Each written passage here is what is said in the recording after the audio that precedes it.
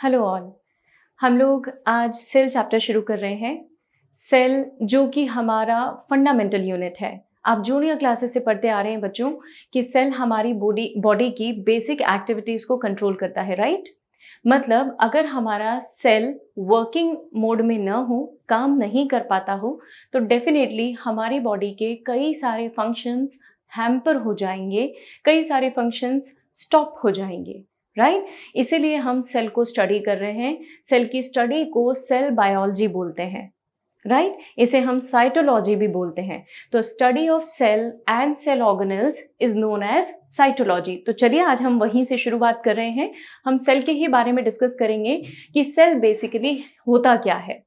तो देखिए, आप लोगों ने बहुत जूनियर क्लासेस से ये कॉन्सेप्ट पढ़ा हुआ है कि सेल हमारा एक फंडामेंटल यूनिट है, स्ट्रक्चरल यूनिट है एंड फंक्शनल यूनिट है, राइट?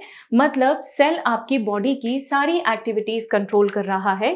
तो इसीलिए हम सेल को स्ट्रक्चरल यूनिट और फंक्शनल यूनिट भी बोलते हैं। मतलब सेल के बिना आपकी बॉडी का कोई भी काम पॉसिबल नहीं है। सपोज नॉर्मल मेटाबॉलिज्म की मैं बात करूं, राइट? आप लोगों को पता है नॉर्मल मेटाबॉलिज्म क्या होता है? नॉर्मल मेटाबॉलिज्म का मतलब होता है सम ऑफ कैटाबॉलिज्म एंड एनाबॉलिज्म। मतलब चीजों को ब्रेक करना और चीजों को जोड़ना, उसे हम बोलते हैं मेटाबॉलिज्म। ब्रेक करना मतलब कैटा और जोड़ना मतलब एना। मैं एक बहुत छोटा सा एग्जांपल देती हूँ। जैसे आपके डाइजेस्टिव सिस्टम में प्रोसेस होती हैं डाइजेशन की, ओके? आपने प्रोटीन कंज्यूम किया। ये प्रोटीन किस में ब्रेक होता है बच्चों? अमीनो एसिड्स में। तो प्रोटीन का अमीनो एसिड्स में स्प्लिट होना, टूटना, ब्रेक होना इज नोन एज कैटाबॉलिज्म। मतलब breaking down of complex substances is known as catabolism. वहीं पे आप चीजों को जोड़ना शुरू कर दें, कंबाइन करना शुरू कर दें, तो वो क्या बन जाएगा? एनाबॉलिज्म। तो कंबाइनिंग, फिर से एक बहुत कॉमन एग्जाम्पल आप रिलेट कर पाएंगे आसानी से। अमीनो एसिड्स को ज्वाइन करके प्रोटीन्स का फॉर्म देना, प्रोटीन्स में कन्वर्ट कर देना, इसे हम क्या बोलते हैं? एनाबॉलिज्म। तो कैटाबॉलिज्म और एनाबॉलिज्म, इन दोनों को जब आप जोड़ देंगे, मिला देंगे, तो उसे हम क्या बोलेंगे? मेटाबॉलिज्म। ये पूरा मेटाबॉलिज्म कौन कंडक्ट कर रहा है? आपका सेल, राइट? इसीलिए हमने सेल को फंक्शनल यूनिट बोला, ओके? सेल को फंक्शनल यूनिट बोला, लेकिन हमने सेल को स्ट्रक्चरल यूनिट भी बोला है। तो भाई ऐसा क्या है जो आपके सेल को स्ट्रक्चरल यूनिट बना रहा है? तो जरा सोच के देखिए, क्या हमारे आसपास जो वॉल्स बनी हुई हैं ये ब्रिक्स की बनी हुई हैं? Yes of course. पूरी दीवार बनाने के लिए हमें छोटी छोटी सी ब्रिक्स को यूज करना पड़ा और उन्हें ज्वाइन करके हमने एक पूरा वॉल, एक पूरा रूम तैयार कर लिया, इजंट इट? सिमिलरली आपकी बॉडी में भी बहुत छोटी छोटी सी यूनिट्स हैं और इन छोटी छोटी सी यूनिट्स को हम सेल बोलते हैं। इन सेल को जब आप ज्वाइन करेंगे तो टिश्यू बनेगा, टिश्यू को कंबाइन कर देंगे तो ऑर्गन बनेगा, और ऑर्गन सिस्टम और ऑर्गेनिज्म। इस तरीके से हायरार्की होती है जिसके बारे में मैं आपसे अभी थोड़ी देर में बात करने वाली हूँ। तो ये हायरार्की भी हमारी सेल ही मेंटेन करता है, सेल ही शुरुआत करता है, इसीलिए हम सेल को स्ट्रक्चरल यूनिट भी बोलते हैं। तो it is very clear, justified है, cell is a structural and functional unit of life. हर लिविंग ऑर्गेनिज्म किसका बना हुआ है? सेल का बना हुआ है। तो सेल बेसिकली हर लिविंग ऑर्गेनिज्म की बॉडी को डेवलप कर रहा है या प्रोड्यूस कर रहा है, फॉर्म कर रहा है।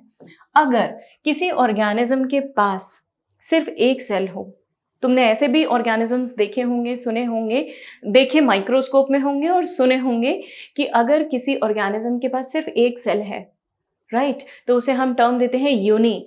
एक टेक्निकल टर्म याद रखिएगा, यूनी मतलब वन। तो अगर एक सेल प्रेजेंट है मतलब यूनिसेलुलर।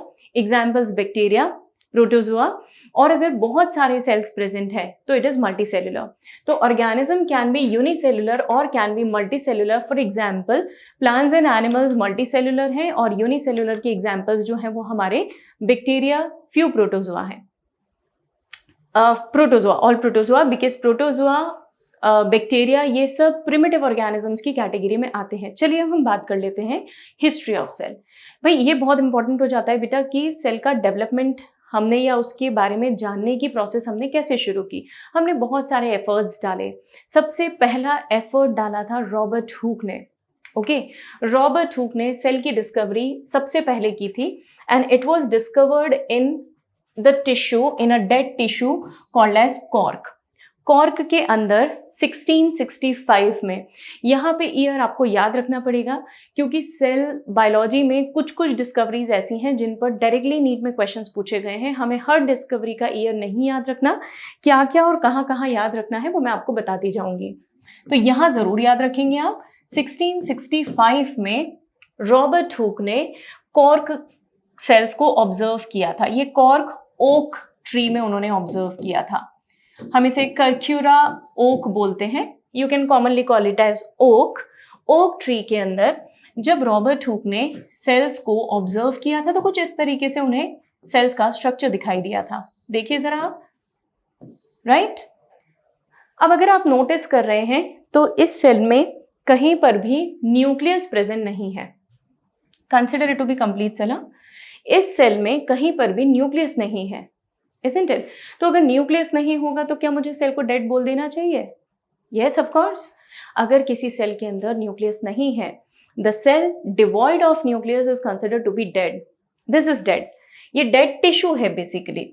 और इसके जो सेल्स हैं इन्हें कंपेयर किया गया विद द सेल्स और with the compartments of bee hive. भाई मधुमक्खी का छत्ता अगर आप देख लेना तो आपको समझ में आएगा कि उनके अंदर भी कुछ रेगुलर कंपार्टमेंट्स होते हैं, ठीक उसी तरह जिस तरह मैंने आपको बना के बताए हैं।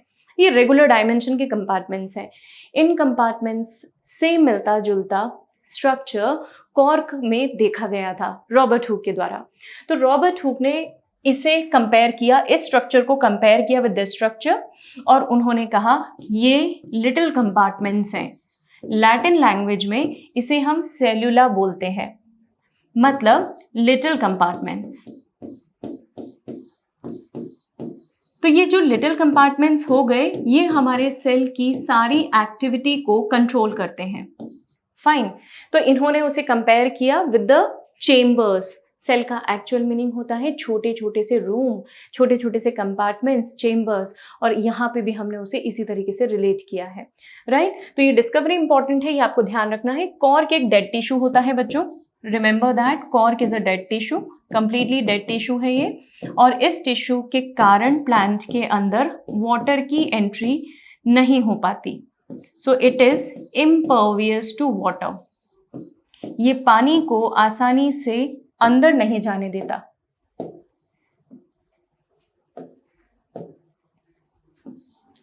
So it is impervious to water. It's a dead tissue and the structure was discovered in the year 1665 and later on Robert Hooke ने इस स्ट्रक्चर को एक पब्लिकेशन में प्रेजेंट किया। क्योंकि उस समय हम सेल के बारे में कुछ भी नहीं जानते थे, तो this was the most important discovery. वो बुक जिस बुक में रॉबर्ट हुक ने इसे पब्लिश किया, द बुक इज माइक्रोग्राफिया। उस बुक का नाम है माइक्रोग्राफिया, ये भी ध्यान रखेंगे। Micrographia was the research journal. ये नॉर्मल बुक नहीं थी बच्चों, ये रिसर्च जर्नल था जिसके अंदर सेल के इन स्ट्रक्चर्स को प्रपोज किया गया, राइट। चलिए आगे बढ़ते हैं। अब अगर मैं सेल की बात करूं फर्दर डिस्कवरीज की, तो मेरे पास और एक इम्पॉर्टेंट डिस्कवरी आती है न्यूक्लियस की। सेल के अंदर न्यूक्लियस बहुत इंपॉर्टेंट रोल प्ले करता है, we need to remember that. तो न्यूक्लियस की डिस्कवरी रॉबर्ट ब्राउन ने की थी। रॉबर्ट ब्राउन ने जब न्यूक्लियस की डिस्कवरी की थी तो इन्होंने उसे हेडक्वार्टर ऑफ द सेल बोला था, हेडक्वार्टर ऑफ द सेल। लेकिन बच्चों एक बात बताइए, अगर न्यूक्लियस दिख गया था तो न्यूक्लियस दिखने के बाद तो सेल को लिविंग बोलना चाहिए था, क्योंकि इसके पहले का सेल तो हमने डेड बोला था, डेड सेल कॉर्क था। लेकिन अगर न्यूक्लियस दिख रहा है तो क्या सेल को लिविंग बोल देना चाहिए? Yes of course, the cell is now living. तो ये जो डिस्कवरी थी, इस डिस्कवरी के पहले हमारे दूसरे साइंटिस्ट एंटोन वैन लीeuwenhoek ने 1831 में हमें लाइव सेल या लिविंग सेल के बारे में बता दिया था कि कुछ सेल्स लिविंग भी होते हैं। लिविंग सेल्स डेड सेल से डिफरेंट कैसे हैं न्यूक्लियस के कंपैरिजन में। डेड सेल के पास न्यूक्लियस नहीं होता और लिविंग सेल के पास न्यूक्लियस होता है। तो जो हमारे एंटोन वैन लिवेनहॉक थे, उन्होंने पॉन्ड वाटर को स्टडी किया था और वहाँ पे उन्होंने प्रोटोजोआ सबसे पहले ऑब्जर्व किए थे बच्चों। इसके बाद उन्होंने और कई सेल्स को स्टडी किया था, उन्होंने ब्लड सेल्स को भी स्टडी किया था, उन्होंने स्पर्मेटोजोआ भी स्टडी किए थे। लेटर ऑन उन्होंने काफ़ी सेल्स को स्टडी करके उनके स्ट्रक्चर को प्रपोज किया था। मीनवाइल रॉबर्ट ब्राउन ने भी न्यूक्लियस की डिस्कवरी कर दी थी और न्यूक्लियस की डिस्कवरी के बाद हमें न्यूक्लियस के स्ट्रक्चर पे फेथ आने लगा, हमें समझ में आने लगा कि न्यूक्लियस काम कैसे करता है, राइट। तो चलिए हम कुछ आगे के डिस्कवरीज को भी फटाफट देख लेते हैं। सेल के अंदर एक लिक्विड कंपोनेंट होता है जिसे हम प्रोटोप्लाज्म बोलते हैं। ये protoplasm basically is a combination of cytoplasm and nucleoplasm. अगर आप सेल को देखेंगे तो सेल के अंदर एक लिक्विड कंपोनेंट होता है। ये रहा मेरा सेल। इस सेल के अंदर एक लिक्विड कंपोनेंट है जिसे हम साइटोप्लाज्म बोलते हैं और यहाँ पे एक न्यूक्लियस है जिसके अंदर के लिक्विड कंपोनेंट को हम न्यूक्लियोप्लाज्म बोलते हैं। तो साइटोप्लाज्म और न्यूक्लियोप्लाज्म इन दोनों के कॉम्बिनेशन को हम प्रोटोप्लाज्म बोलते हैं। आपको याद बहुत आसानी से रह जाएगा। प्रोटोप्लाज्म ये टर्म पुरकिंजे ने दी थी, J Purkinje, P for protoplasm and P for Purkinje. तो प्रोटोप्लाज्म वो एरिया है, वो जगह है जहाँ पे सेल की सारी एक्टिविटीज कंट्रोल होती हैं, जहाँ पे सेल बहुत सारे रोल प्ले करता है। 1931 में नॉल एंड रुस्का, ये दोनों साइंटिस्ट ने एक बहुत ही डेवलप टेक्निक हमारे सामने प्रेजेंट की थी and the technique is electron microscope. तो इलेक्ट्रॉन माइक्रोस्कोप एक बहुत ही इम्प्रूव्ड माइक्रोस्कोप है, इनफैक्ट मोस्ट एडवांस्ड माइक्रोस्कोप है, जिसमें हम सेल्स के basic structure, even cell organelles के भी स्ट्रक्चर्स को ऑब्जर्व कर सकते थे। भाई पहले तो जब रॉबर्ट हुक ने सेल्स को डिस्कवर किया था ना बच्चों, तो उन्होंने सिंपल माइक्रोस्कोप में किया था। It was just a simple microscope. Gradually जब माइक्रोस्कोप्स में एडवांसमेंट्स होने लगे, हम लेंसेज के बहुत अलग अलग कॉम्बिनेशंस यूज़ करने लगे, तो हमें एडवांस माइक्रोस्कोप मिलते गए and one of them is electron microscope. Electron microscope electron beams की मदद से इमेज फॉर्मेशन करता है and that makes it more special, क्योंकि बचे हुए माइक्रोस्कोप नॉर्मल लाइट के प्रेजेंस में इमेज फॉर्म करते हैं। अब हमारे सेल को पूरी तरीके से जज करते हुए कुछ और दो साइंटिस्ट ने इंडिपेंडेंटली एक थ्योरी प्रपोज की थी which is called as cell theory. Cell theory के कुछ पॉस्टुलेट्स अभी हम देखेंगे जो मेन पॉस्टुलेट्स हैं। 1838 और 1839 में सेल थ्योरी बनाई गई थी, फॉर्मुलेट की गई थी। Since it was a theory तो उसके जस्टिफिकेशन को बाद में काफ़ी चीज़ें हमें लगी, बट इनिशियली श्लीडन ने अलग स्टेटमेंट्स दिए थे, श्वान ने अलग स्टेटमेंट्स दिए थे बच्चों।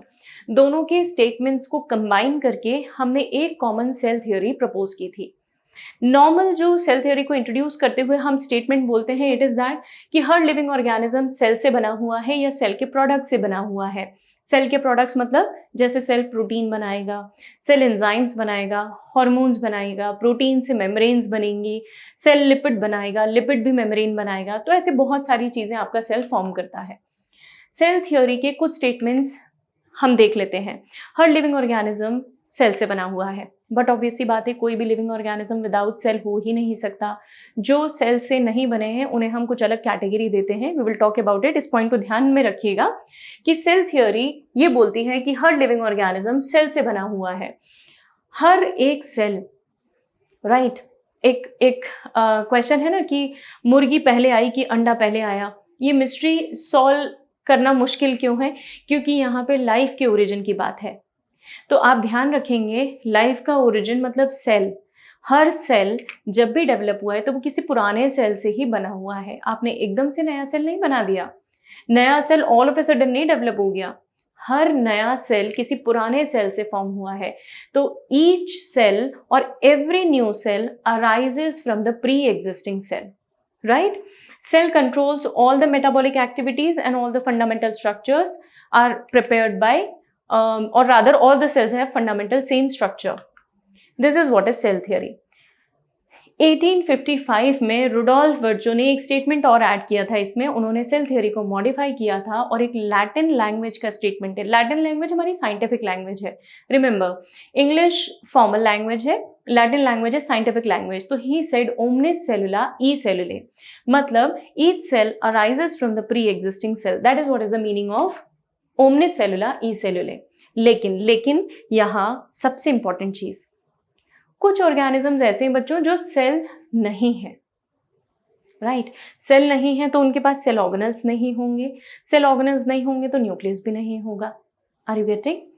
हम बहुत इंपॉर्टेंट पार्ट के बारे में डिस्कस कर रहे हैं बच्चों, ध्यान दीजिएगा। कोई भी अगर ऑर्गेनिज्म के पास सेल नहीं है तो हम उसे लिविंग नहीं कंसिडर करते। और सेल थ्योरी का तो पहला ही स्टेटमेंट था कि हर लिविंग ऑर्गेनिज्म सेल से बनाया हुआ है। तो यहाँ तो हम बात ही कुछ अलग कर रहे हैं। कुछ ऑर्गेनिजम्स ऐसे हैं जो कि लिविंग नहीं माने जाते, जैसे virus, viroids and prions. Viruses A cellular structure है। ए सेलुलर से मेरा मतलब है जिनके पास सेल नहीं है। So these are acellular structures. ये हमेशा डिपेंड होते हैं होस्ट की बॉडी पे, चाहे वायरस हो बच्चों, चाहे वायरॉइड्स हो, चाहे प्रायॉन्स हो, ये सभी के सभी होस्ट की बॉडी पे निर्भर करते हैं, डिपेंड करते हैं। रीजन, ये होस्ट की बॉडी का मेटाबॉलिज्म यूज करते हैं। तो अगर होस्ट का मेटाबॉलिज्म इन्हें यूज करना है तो डेफिनेटली इन्हें किस पर रिलाई करना पड़ेगा? होस्ट पे ही रिलाई करना पड़ेगा, है ना? और इसीलिए बिना होस्ट के सर्वाइव नहीं कर सकते। तो हमारे पास वायरस, वायरॉइड्स एंड प्रायॉन्स कुछ ऐसे स्ट्रक्चर्स हैं जो कि होस्ट बॉडी के ऊपर हमेशा डिपेंडेंट होते हैं। इनमें से वायरस लाइक प्रोटीन्स प्रायंस है। These are virus like proteins, मतलब इनके पास एक स्पेशल प्रोटीन होता है और उसी प्रोटीन के बेसिस पे इनका नाम है विच इज कॉल्ड एज प्रायन। तो प्रायन प्रोटीन इनके पास होता है, प्रायन प्रोटीन्स, और इसी से बने हुए हैं ये ऑर्गेनिज्म। वायरस लाइक इसीलिए बोले गए क्योंकि ये मोर और लेस वायरस से सिमिलर है। ये पता है क्या करते हैं, हमारे ब्रेन में प्रोटीन्स को अलग तरीके से फोल्ड कर देते हैं और उससे डिफॉर्मिटीज आती हैं और उससे कुछ न्यूरोलॉजिकल डिसऑर्डर्स डेवलप होते हैं। आपको उतने डिटेल में जाने की जरूरत नहीं है। वायरॉइड्स ये वायरस से भी छोटे पार्टिकल्स हैं। सो viroids are smaller than virus. These are smaller particle than virus.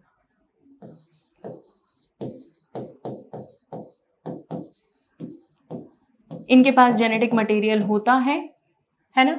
Genetic material अपने आप में एक बहुत इंपॉर्टेंट फीचर है ये डिसाइड करने के लिए कि ऑर्गेनिज्म लिविंग है या नहीं। तो अगर जेनेटिक मटेरियल प्रेजेंट है तो हम ऑर्गेनिज्म को डेफिनेटली लिविंग बोलते हैं, और अगर जेनेटिक मटेरियल प्रेजेंट नहीं है तो हम ऑर्गेनिज्म को नॉन लिविंग बोलते हैं। वायरसेस जो हैं they are considered as living as well as non living. तो कुल मिलाकर आप वायरसेस को कनेक्टिंग लिंक बोल सकते हैं। हम बाद में एक चैप्टर में पढ़ेंगे।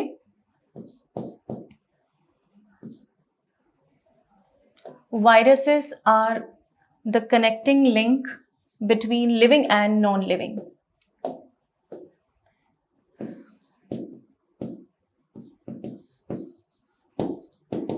क्यों लिविंग और क्यों नॉन लिविंग आपको समझ में आ गया होगा। लिविंग का मतलब जो सारी एक्टिविटीज अपनी खुद ही कंप्लीट कर सकता है, जिसे किसी और पे डिपेंड रहने की ज़रूरत नहीं है, उसे हम लिविंग बोलते हैं, और जो किसी और पे डिपेंडेंट है उसे हम नॉन लिविंग बोलते हैं। तो वायरस, वायरॉइड्स और प्रायॉन्स ये तीनों ऐसे पार्टिकल्स हैं जो कि ऑब्लिगेट पैरासाइट्स हैं, किसी दूसरे ऑर्गेनिज्म पे डिपेंड होते हैं और उससे सारा नरिशमेंट डिराइव करते हैं। That is the reason why we consider them as non living, right? तो चलिए यहाँ पे हमने सेल थियोरी की बात कंप्लीट कर ली है। अब हम आते हैं एक ओवरव्यू ऑफ द सेल, मतलब सेल के अंदर क्या क्या चीज़ें हैं, क्या क्या एक्टिविटीज़ हैं। तो हर सेल अपने अपने साइज में वैरी करता है, अपनी एक्टिविटीज़ में वैरी करता है, अपने फंक्शन में वैरी करता है। तो every cell vary in size, shape and structure. हम देख लेते हैं कैसे। उसकी एक्टिविटीज़ पे डिपेंड करता है कि उसका स्ट्रक्चर कैसे होगा, वो छोटा होगा कि वो बड़ा होगा, उसका नंबर कितना होगा, कम नंबर में होगा, ज़्यादा नंबर में होगा, everything is dependent upon activities. तो कुछ स्मॉलेस्ट सेल्स हैं हमारे पास, जैसे माइकोप्लाज्मा स्मॉलेस्ट सेल है which is also called as PPLO, pleuropneumonia like organism. Mycoplasma is also called as PPLO because it was found causing pneumonia, so it is called as pleuropneumonia like organism. So mycoplasma is one of the smallest cell we have till so far and it is 0.3 to it measures 0.3 micrometer. उसके बाद हमारे पास RBC का diameter है 7 micrometer, bacteria जो है वो 3 to 5 micrometer है, 10 micrometer की रेंज तक प्रोकैरियोट्स होते हैं, बियॉन्ड 10 हमारे पास यूकैरियोट्स हैं। तो यूकैरियोट्स का साइज ऑब्वियसली ज़्यादा है। ये हमारे पास डिफरेंट टाइप ऑफ सेल्स हैं जिनके शेप्स अलग अलग हैं। NCERT में ये आपको पूरा का पूरा इमेज दिया हुआ है। इस इमेज में नीचे उन्होंने ब्रैकेट में दिया हुआ है। रिमेंबर बच्चों, यहाँ से क्वेश्चंस फ्रेम होते हैं और ये आपको याद रखने पड़ेंगे। बहुत इजी है। आपको क्या करना है, आप कैप्शंस पे फोकस करेंगे। जैसे ये RBC है, RBC के नीचे क्या लिखा है, that they are round and biconcave. WBCs हैं अमीबॉइड, कॉलमनर एपिथेलियम सेल्स है लॉन्ग नैरो, ट्रिकाइड है longitudinal, round and oval shape cells होते हैं हमारे लीफ के अंदर। ये मीजोफिल सेल्स हैं which are present in the leaf, है ना। These are the actual cells which are responsible for the photosynthesis process. ये बाद में पढ़ेंगे आप डिटेल में, अभी फिलहाल सिर्फ एक ओवरव्यू ले रहे हैं हम। Then we have nerve cells. Nerve cells थोड़े से स्टार शेप के सेल्स आपको दिख रहे हैं, थोड़े से इरेगुलर सेल्स हैं, जो सेल्स हमारी बॉडी में नर्व इम्पल्स ट्रांसमिशन का काम करते हैं। फाइन। अब किसी भी सेल के बारे में हम अगर देखें, अच्छा यहाँ से क्वेश्चंस एक बार देख लें बेटा, क्वेश्चंस कैसे पूछे जाते हैं मैं बता देती हूँ। They will give you match the type of questions, मतलब उन्होंने कॉलम बना दिया, एक column A, column B, RBC, tracheids, columnar epithelium tissue, mesophyll cells, और इस तरफ उन्होंने शेप दे दिए। अभी आपको शेप से रिलेट करना है, तो it will be very easy question, covering होगा, इसे अच्छे से प्रिपेयर कर लीजिएगा। अब अगर मैं हर सेल के बारे में बात करूं तो किसी भी सेल के अंदर अलग अलग बाउंडेड स्ट्रक्चर्स होते हैं जिनके बारे में हमें इस पूरे चैप्टर में डिस्कस करना है, जहाँ से बहुत क्वेश्चंस पूछे जाते हैं। ये चैप्टर आपके नीट लेवल पे बहुत इंपॉर्टेंट है क्योंकि क्वेश्चन सबसे ज़्यादा यहीं फ्रेम होते हैं। तो will talk about all those cell organelles, genetic material. कुछ सेल्स के अंदर एक स्पेशल स्ट्रक्चर में होता है which is called as nucleus, right. और अगर न्यूक्लियस प्रेजेंट है तो we call those organisms as eukaryotes. If a cell possess nucleus तो उसे हम यूकैरियोटिक सेल बोलते हैं। यू का मतलब होता है एडवांस्ड। इसका भी मीनिंग क्या है मैं आपको बताऊंगी। कैरियोटिक टर्म डिराइव्ड है फ्रॉम कैरियन। कैरियन का मतलब होता है न्यूक्लियस, तो कैरियोटिक या कैरियन का मतलब होता है न्यूक्लियस। यूकैरियोटिक सेल्स का मतलब ऐसे सेल्स जिनके पास न्यूक्लियस प्रेजेंट है, जिनके पास एडवांस्ड न्यूक्लियस है। और प्रोकैरियोटिक सेल्स का मतलब ऐसे सेल्स जिनके पास एडवांस्ड न्यूक्लियस नहीं है, दे लैक न्यूक्लियस। पर फिर इनका जेनेटिक मटेरियल कैसे प्रेजेंट है ये भी अपने आप में एक बहुत बड़ा क्वेश्चन है, विल टॉक अबाउट इट। तो हमारे पास membrane bound cell organelles present हैं या नहीं हैं, हमारे पास जो न्यूक्लियस है वो प्रेजेंट है या नहीं है, उसके बेसिस पे हमने सेल्स को कितनी कैटेगरीज में क्लासिफाई किया, 2 categories, one is eukaryotic, another is prokaryotic. So prokaryotic और यूकैरियोटिक सेल में एक चीज़ तो कॉमन मिलेगी बच्चों आपको, एंड दैट इज साइटोप्लाज्म। जो मैंने आपको अभी बताया था कि सेल के अंदर का ये जो बैकग्राउंड सब्सटेंस है, ये जो मैट्रिक्स है, जो लिक्विड पोर्शन है, इसे हम क्या बोलते हैं, साइटोप्लाज्म। साइटोप्लाज्म का वॉल्यूम मेजर होता है, it occupies major volume of your cell. कुछ कुछ जगह पे साइटोप्लाज्म नहीं भी होता है या इसकी क्वांटिटी कम होती है, एंड दैट पोर्शन वो गोल्जी बॉडी वाला रीजन है, इसे हम जोन ऑफ एक्सक्लूजन बोलते हैं। ये ध्यान रखिएगा, जोन ऑफ एक्सक्लूजन, प्लीज ध्यान दीजिए, ये पूछा गया क्वेश्चन है। जोन ऑफ एक्सक्लूजन वो रीजन है, वो एरिया है जहां पर गोल्जी बॉडी प्रेजेंट है और वहां पे साइटोप्लाज्म की क्वांटिटी न के बराबर है। तो जहां साइटोप्लाज्म की क्वांटिटी न के बराबर है उसे हम जोन ऑफ एक्सक्लूजन बोलते हैं। ये पूछा गया क्वेश्चन है, रिमेंबर दैट। अब अगर किसी भी यूकैरियोटिक सेल की मैं बात करूं तो उसके पास डिस्टिंक्ट सेल ऑर्गेनल्स हैं जिनके बारे में हमें बात करना है, जो मैंने आपसे अभी डिस्कस किया। प्रोकैरियोटिक सेल्स में वो डिस्टिंक्ट सेल ऑर्गेनल्स नहीं है, they lack also cell organelles. But ध्यान दीजिएगा, यूकैरियोटिक सेल में definitely membrane bound cell organelles होने चाहिए, हम काफ़ी देर से बात कर रहे थे।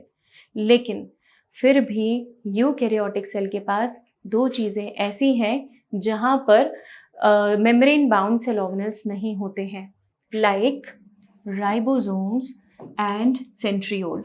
ये दोनों मेम्ब्रेन बाउंड नहीं है बच्चों। अब फिर से मैं आपसे एक इंपॉर्टेंट क्वेश्चन की तरफ डिस्कशन कर रही हूँ। हमारे सेल के पास तीन मेम्ब्रेन्स, तीन तरह से क्लासिफाई कर सकते हैं on the basis of membranes, तीन categories. One is single membrane, another is double membrane and another one is membrane less. तो अगर मैं मेम्ब्रेन लेस सेल ऑर्गेनल्स की बात करूं तो ribosome and centriole. Double membrane organelles की बात करूं जिनके पास टू मेम्ब्रेन्स हैं तो it is plastid and mitochondria. Plastid plants में होता है, you know that animals they lack plastids, photosynthesis के लिए जरूरी है। और सिंगल मेम्ब्रेनस स्ट्रक्चर जो है जैसे वैक्यूल, लाइसोसोम्स। तो आपको ध्यान रखना है कि कितने सेल ऑर्गेनल सिंगल मेम्ब्रेनस हैं, डबल मेम्ब्रेनस हैं या जिनके पास मेम्ब्रेन नहीं है। तो हमारे यूकैरियोटिक सेल के पास भी non membrane bound cell organelles present होते हैं which are ribosome and centriole. Ribosome और सेंट्रियोल जो हैं ये दोनों के फंक्शंस हम डिटेल में डिस्कस करेंगे आफ्टर सम टाइम। चलिए हम लोग अब प्रोकैरियोटिक सेल से डिस्कस करना शुरू करेंगे। जैसा हम लोगों ने अभी तक बात की थी बच्चों कि प्रोकैरियोटिक सेल्स मतलब ऐसे यूनिसेलुलर ऑर्गेनिज्म जिनका न्यूक्लियस वेल डिफाइन नहीं है। तो ज़रा अब इनके अलग अलग शेप्स के बारे में भी हम बात कर लेते हैं कि प्रोकैरियोटिक सेल्स के शेप्स कैसे होते हैं। ये जैसे हमारे प्रोकैरियोट्स हैं, अगर मान लीजिए कोई प्रोकैरियोटिक सेल है जिस सेल के अंदर डिफरेंट शेप्स एग्जिबिट हो रहे हैं। फॉर एग्जाम्पल अगर मैं कुछ जनरल शेप्स की बात करूं तो प्रोकैरियोटिक सेल में एक शेप होता है स्फेरिकल,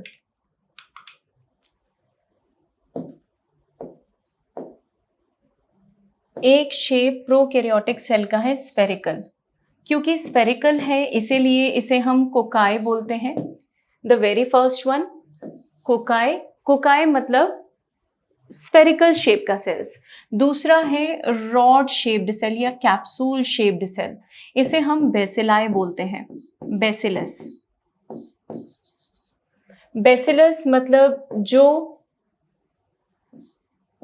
कैप्सूल शेप का होगा। नॉर्मली जितने भी सेल्स होते हैं हमारे जो बैक्टीरियल सेल्स हैं वो बेसिलाई शेप में आपको सबसे ज़्यादा मिलेंगे। विब्रियो कोलेरी जो कोलेरा कॉज करता है, विब्रियो कोलेरी, ये बैक्टीरिया जो है दिस इज कोकाई शेप्ड। और बेसिलस जो हमारे rod shaped, I am so sorry, ये विब्रियो कोलेरी हम कॉमा शेप्ड बैक्टीरिया में पढ़ेंगे। I am so sorry, we are discussing cocci. तो कोकाई जो है वो cocci basically spherical shape, bacillus rod shape and Vibrio मतलब कॉमा शेप, जिसका एग्जाम्पल हमारा विब्रियो कोलेरी है, एंड स्पाइरलम, इस तरीके से। तो 3-4 शेप्स हो गए कॉमनली हमारे बैक्टीरियाज के। Depending upon the shape bacterias को हमने क्लासिफाई किया है। So these are the 4 common shapes of bacteria.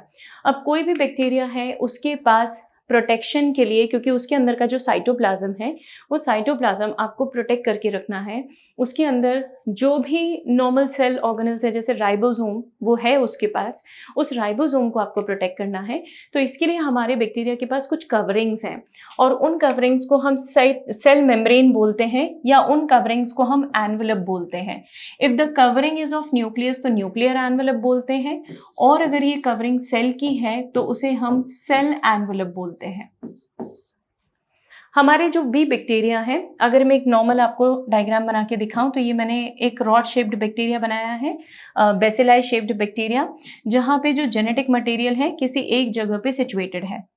Although जहाँ जेनेटिक मटेरियल प्रेजेंट है ये न्यूक्लियस नहीं है, राइट बच्चों, क्योंकि हम तो पहले ही बोल चुके हैं कि बैक्टीरिया के पास न्यूक्लियस नहीं होता।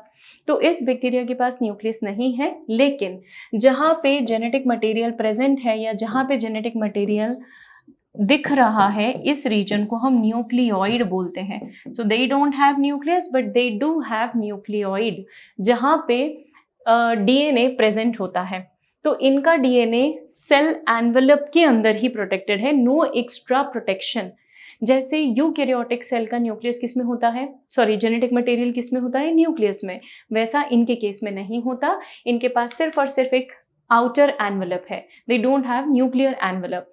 तो बैक्टीरियाज के पास apart from normal DNA they have some extra chromosomal genetic material. ये एक्स्ट्रा क्रोमोसोमल जेनेटिक मटेरियल मैंने आपके सामने अलग से बना के बताया है। This extra chromosomal genetic material is what is referred as plasmid. अब बच्चों ध्यान रखना, प्लाज्मिड बहुत इंपॉर्टेंट टॉपिक है। प्लाज्मिड किसी भी बैक्टीरिया के अंदर extra genetical information, extra chromosomal material है। इसका मतलब किसी भी बैक्टीरिया के पास नॉर्मल जेनेटिक मटेरियल तो होगा, उस नॉर्मल जेनेटिक मटेरियल के अलावा हमारे बैक्टीरिया के पास एक एक्स्ट्रा क्रोमोसोमल जेनेटिक मटेरियल है जिसे हम प्लाज्मिड बोलते हैं। अपार्ट फ्रॉम दैट, इसलिए we are calling it as extra. ये प्लाज्मिड अगर आप देख रहे हैं, मैंने स्फेरिकल बनाया है, सर्कुलर बनाया है, तो प्लाज्मिड्स सर्कुलर होते हैं। ये प्लाज्मिड किसी भी बैक्टीरिया को कुछ चीज़ों के लिए हेल्प करते हैं। एक तो कुछ मेजर कंट्रीब्यूशन है इनका विच इज जीन्स, राइट। ये जो एक्स्ट्रा जीन्स देते हैं वो जीन्स है एंटीबायोटिक रेजिस्टेंस जीन। आपने सुना है बेटा कि कोई भी बैक्टीरिया जो है, फॉर एग्जांपल कहीं पे अगर आपको बैक्टीरियल इन्फेक्शन हुआ हो सपोज कभी, तो डॉक्टर्स आपको एंटीबायोटिक्स देते हैं, राइट। एंड डॉक्टर्स दे से कि एंटीबायोटिक का डोज पूरा कवर कीजिएगा, पूरा कंप्लीट कीजिएगा, बीच में नहीं छोड़ना है। पता है आपको क्यों? क्योंकि अगर आपने बीच में ब्रेक कर दिया तो वहाँ पे आपके बैक्टीरियाज डेवलप होना शुरू हो जाएंगे फिर से। बैक्टीरिया के पास ये नेचुरल रेजिस्टेंस मैकेनिज्म है कि वो अपने आप को एंटीबायोटिक से बचा सकता है। कैसे बचाएगा बच्चों? तो बैक्टीरिया अपने आप को प्लाज्मिड की मदद से हमेशा रेजिस्टेंस प्रोवाइड करवा लेता है, और इसीलिए ये प्लाज्मिड बैक्टीरिया को एंटीबायोटिक रेजिस्टेंस देते हैं। These bacteria they provide antibiotic resistance. I hope this is clear. Even यही प्लाज्मिड जो हैं ये डीएनए के डुप्लीकेशन में भी मदद करते हैं। तो plasmids are basically responsible for either providing resistance to certain antibiotics और they are also helpful in replication. कोई भी प्लाज्मा मेम्ब्रेन में, हमारे बैक्टीरिया की प्लाज्मा मेम्ब्रेन में कुछ और मॉडिफिकेशंस भी होते हैं। अब तक तो हमने पढ़ा बेटा एक आउटर एनवेलप है जो कि बैक्टीरिया को प्रोटेक्ट करता है। ये बैक्टीरियाज की जो मेम्ब्रेन है, ये मेम्ब्रेन्स हमारे लिए एनवेलप हैं। वैसे तो बैक्टीरिया में 3 मेजर सेल एनवेलप्स होते हैं, जो तीनों के बारे में हम एक एक करके डिस्कस करने वाले हैं। फिलहाल प्लाज्मा मेम्ब्रेन के बारे में जस्ट एन इंट्रोडक्शन। किसी भी बैक्टीरिया के पास आउटर बाउंड्री जो है वो प्लाज्मा मेम्ब्रेन है, एंड प्लाज्मा मेम्ब्रेन कई बार अंदर से फोल्ड हो जाती है, और जो अंदर से इनफोल्डिंग्स है हमारी प्लाज्मा मेम्ब्रेन की, उन इनफोल्डिंग्स को हम बोलते हैं मीजोजोम्स। तो मीजोजोम्स क्या है बच्चों? Mesosomes are infoldings of plasma membrane. मतलब प्लाज्मा मेम्ब्रेन को अंदर से अगर फोल्ड कर दिया जाए तो दैट बिकम्स मीजोजोम। मीजोजोम क्यों बना रहा है बैक्टीरिया? तो there is some specific reason to it. जैसे ये बैक्टीरिया है और ये उसकी प्लाज्मा मेम्ब्रेन अंदर से फोल्ड हो रही है, ये देखिए, और मैंने कुछ मेजर जगह से इसे फोल्ड किया है। आप अगर नोटिस कर रहे हो तो मैंने साइड से भी फोल्ड किया है, सेंटर से भी फोल्ड किया है। तो हमारी प्लाज्मा मेम्ब्रेन अगर कॉइल्ड बॉडीज का शेप ले लें जो कि साइटोप्लाज्म की तरफ हो, मतलब सेल वॉल से दूर और साइटोप्लाज्म की तरफ, ये हमारे बैक्टीरिया की सेल वॉल है, the outer most structure, the toughest structure. उसके अंदर जो है दैट इज सेल मेम्ब्रेन, जहाँ पे ये मीजोजोम का फॉर्मेशन शो कर रही है। जो मीजोजोम आपको सेल मेम्ब्रेन के अंदर दिखाई दे रहा है, उस मीजोजोम को हम लैटरल मीजोजोम बोलते हैं। दो टाइप के मीजोजोम देखिए बेटा, एक मीजोजोम आपको यहाँ दिख रहे हैं और एक मीजोजोम की कैटेगरी आपको सेंटर में दिखाई दे रही है। तो जो मीजोजोम आपको सेंटर में दिखाई दे रहा है उसे हम सेंट्रल मीजोजोम बोलते हैं। This is called as central mesosome. और जो मीजोजोम आपको साइड में दिख रहे हैं और आइदर साइड, इन्हें हम लेटरल मीजोजोम बोलते हैं। We call them as lateral mesosomes. So plasma membrane की इनफोल्डिंग को हम मीजोजोम बोलेंगे एंड मीजोजोम लेटरल हो सकते हैं, सेंट्रल हो सकते हैं। अब जरा समझिएगा बेटा, सेंट्रल और लेटरल मीजोजोम का पर्पस, ये लेटरल मीजोजोम जो है ना, they are analogous to mitochondria. हमारी बॉडी में, हमारे सेल्स में जो माइटोकॉन्ड्रिया हैं उनसे ये सिमिलर है फंक्शन वाइज। कैसे पता है? अरे हमारा माइटोकॉन्ड्रिया क्या करता है, याद करिए, सेलुलर रेस्पिरेशन करता है कि नहीं? तो जैसे हमारा माइटोकॉन्ड्रिया सेलुलर रेस्पिरेशन करता है, वैसे ही इनका मीजोजोम सेलुलर रेस्पिरेशन करता है। मतलब मैं यहाँ लिख सकती हूँ that this part is basically helpful in the process of respiration of the cell.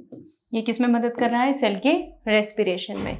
वहीं जो सेंट्रल मीजोजोम है, ये सेंट्रल मीजोजोम डीएनए को मदद करता है अटैचमेंट में।